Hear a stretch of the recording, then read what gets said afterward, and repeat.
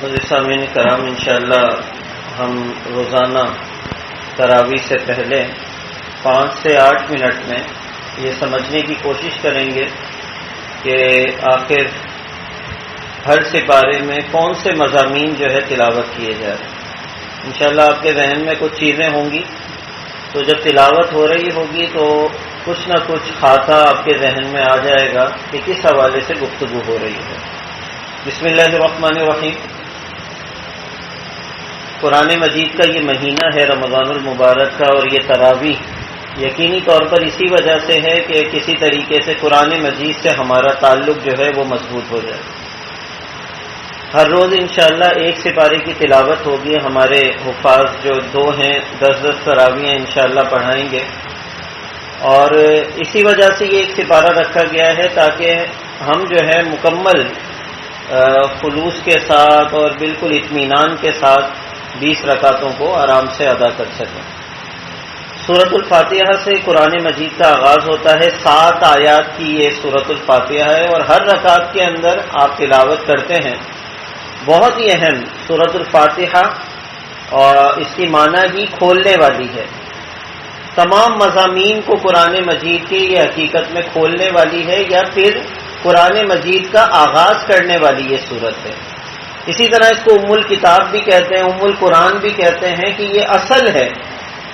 قرآن مجید کا پورا موضوع جو ہے وہ حقیقت میں ہدایت ہے، اور ہم سورۃ الفاتحہ میں جو اللہ سے دعا کرتے ہیں وہ کیا ہے؟ اہدنا الصراط المستقیم، اے اللہ ہمیں سیدھا رستہ دکھا دے۔ اور اس کا جواب پھر یہ پورا قرآن مجید ہے۔ اللہ فرماتے ہیں سورۃ البقرہ کے آغاز میں ہی کہ الف لام میم ذالک الکتاب لا ریب فیہ، یہ جو تم دعا مانگ رہے تھے ہدایت کی، یہ وہ کتاب ہے قرآن مجید جو حقیقت میں ہدایت ہے۔ لیکن کس کو ملے گی؟ ھدی للمتقین، متقی لوگوں کے۔ اب یہ تقوی پیدا کرنے کے لیے یہ روزوں کو فرض کیا گیا، قرآن مجید جو ہے نازل کیا گیا۔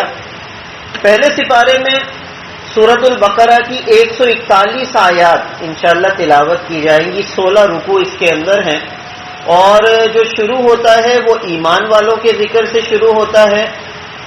سورۃ البقرہ اس کے اندر ایمان والوں کی نشانیاں ہیں، اور اس کے بعد کفار کے حوالے سے بیان کیا گیا ہے۔ اور جو تیسری قسم ہے وہ ہے منافقین کی، کہ جو زبان سے یہ تو کہتے ہیں کہ ہم ایمان لائے، لیکن حقیقت میں دلوں کے اندر ان کے ایمان موجود نہیں ہوتا، وہ اسلام کے خلاف کام کر رہے ہوتے ہیں۔ اس کے بعد اللہ رب العالمین نے زمین اور آسمان کی نعمتوں کے حوالے سے ذکر فرمایا، اور اس کے بعد یہ بھی بتایا کہ رشتوں کو جوڑنے کی ضرورت ہے۔ جو رشتے نہیں جوڑتے وہ حقیقت میں فاسق لوگ ہوتے ہیں۔ اس کے بعد جو ہے تخلیق آدم علیہ السلام کی پیدائش کے حوالے سے ذکر ہے۔ اللہ رب العالمین نے آدم علیہ السلام کو پیدا کرنے سے پہلے، انسانیت سے پہلے، روایت میں آتا ہے کہ زمین پر جنات تھے، اور اسی کو دیکھ کر جب اللہ رب العالمین نے آدم علیہ السلام کی پیدائش کا ذکر کیا تو فرشتوں نے اسی بات کا اعتراض کیا۔ لیکن اللہ رب العالمین نے اشرف المخلوقات بنایا اس علم اور عقل کی بدولت۔ وعلم آدم الاسماء کلھا، اللہ نے علوم عطا کر دیے۔ لیکن ایک ہے وہ علوم جو تمام انسانیت کے پاس ہو سکتے ہیں، ہو سکتا ہے مسلمان نہ ہو لیکن بڑا سائنسدان بن جائے، لیکن اللہ نے اس کے علاوہ ایک اور علم عطا کیا، اور وہ ہے علم وحی۔ آدم علیہ السلام کو جب زمین کی طرف بھیجا تو اللہ نے فرمایا فَإِمَّا يَأْتِيَنَّكُم مِّنِّي هُدًى، جب تمہارے پاس قرآن آ جائے، ہدایت آ جائے، اللہ کی کوئی بھی کتاب آ جائے، تو جو تم میں سے اس کی پیروی کرے گا وہ جو ہے حقیقت میں آخرت میں فلاح پا جائے گا۔ ویسے وہ علم تمام لوگوں کے پاس ہے، علم وحی کے اوپر ہماری کامیابی کی بنیاد ہے، اور یہی ہمارے کامیاب کرے گی۔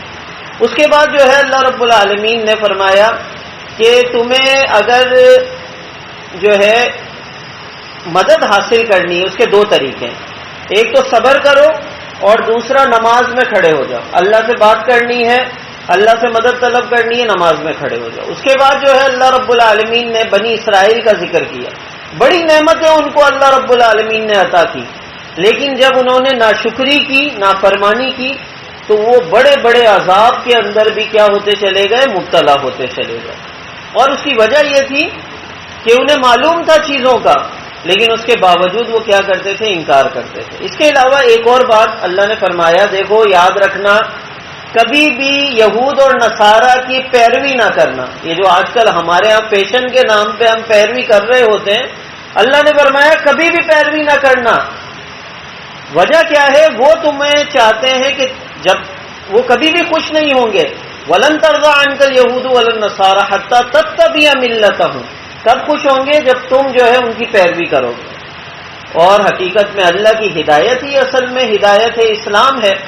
اس کے بعد جو ہے اللہ رب العالمین نے ابراہیم علیہ السلام کا ذکر کیا ہے کہ ابراہیم علیہ السلام اور اسماعیل علیہ السلام نے مل کر خانہ کعبہ کی تعمیر کی، اور یہ مساجد ساری کی ساری اسی کی شاخیں ہیں، کعبۃ اللہ کی شاخیں ہیں۔ جس طرح وہ امن کی جگہ ہے، اسی طریقے سے یہ مساجد بھی کیا ہے؟ امن کی جگہ ہے۔ یہاں پر بھی سکون رکھنا، اطمینان رکھنا، امن رکھنا، یہ ہم سب کی ذمہ داری ہے۔ اللہ سے دعا ہے کہ اللہ رب العالمین ہمیں قرآن مجید کو سوچ سمجھ کر سننے اور اس کے بعد اس پر عمل کی اللہ رب العالمین توفیق عطا فرمائے۔ آمین یا رب العالمین۔